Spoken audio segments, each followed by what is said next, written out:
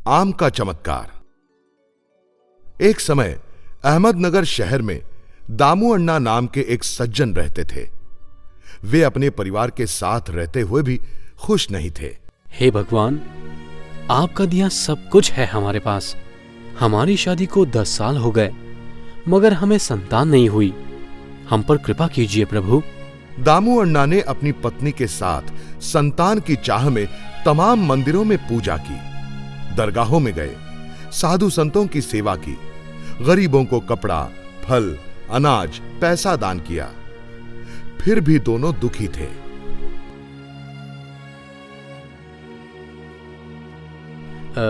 महाराज, कृपया मुझे बताइए कि हमारे भाग्य में संतान है कि नहीं। अपनी जन्म पत्रिका दिखाइए। मुझे नहीं लगता। दरअसल तुम्हारे सारे ग्रह वक्री हैं। तुम्हारे भाग्य में संतान का योग ही नहीं है। उसी वक्त वहां शिरडी में जब बाबा अपने भक्तों के बीच बैठे थे, माधवराव कुछ आम लेकर आए। बाबा, गोवा से मामलेदार रानाडे जी ने ये आम आपके लिए भेंट में भेजे हैं। कृपया इन्हें स्वीकार कर लें बाबा। अरे, इतने सारे आम! इतने आमों का मैं क्या करूंगा? ले जाओ इन्हें यहां से। जैसी आपकी इच्छा बाबा। मैं इनमें से 4 आम कोळंबा में डाल देता हूं। भोजन लेते समय एक भक्त की नजर कोळंबा में पड़े 4 आमों पर गई। अरे वाह, आम! चलो मैं एक ले ही लेता हूं। नहीं, रुको।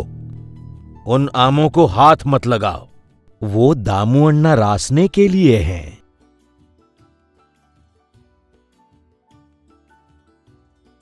प्रणाम बाबा। मैं संतान के लिए तरस गया हूं। सब जगह निराशा ही हाथ लगी है। अब आप ही मेरा आखिरी सहारा हो। मुझ पर कृपा कीजिए। बेटा, उस कोळंबा से आम उठा लो और अपनी पत्नी को दे दो। बाबा, आप तो जानते ही हैं, मुझे 2 पत्नियां हैं।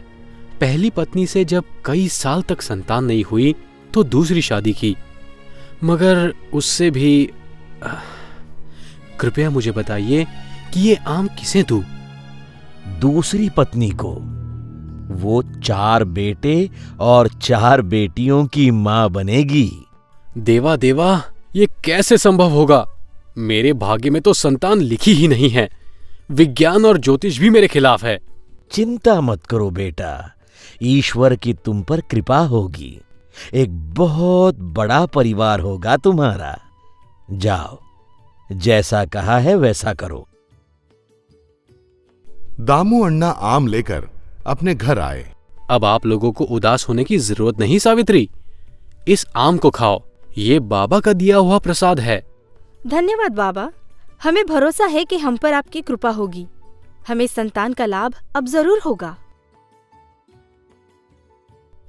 दामू अण्णा की पत्नी सावित्री ने 8 बच्चों को जन्म दिया। दामू अण्णा अपनी दोनों पत्नियों और 8 बच्चों के साथ बाबा से मिलने शिरडी गए। प्रणाम बाबा। ये चमत्कार सिर्फ आप ही कर सकते थे।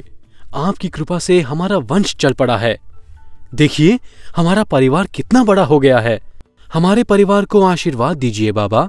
तुम्हारा और तुम्हारे परिवार का कल्याण हो बेटा। सदा भगवान पर भरोसा रखो। वो हर संकट में तुम्हारी सहायता करेगा।